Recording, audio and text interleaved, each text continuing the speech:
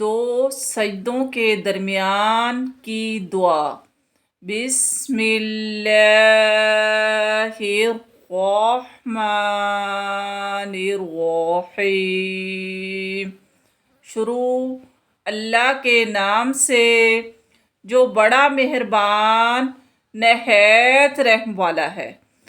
اللہم اغفر لی وارحمنی واہدنی۔ اے اللہ مجھے بخش دے، مجھ پر رحم فرما، مجھے ہدایت دے۔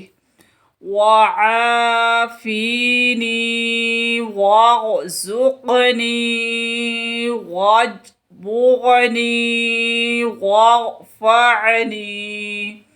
مجھے رزق عطا فرما، میرے نقصان کی تلافی فرما، اور مجھے بلندی، عروج اور رفعت عطا فرما۔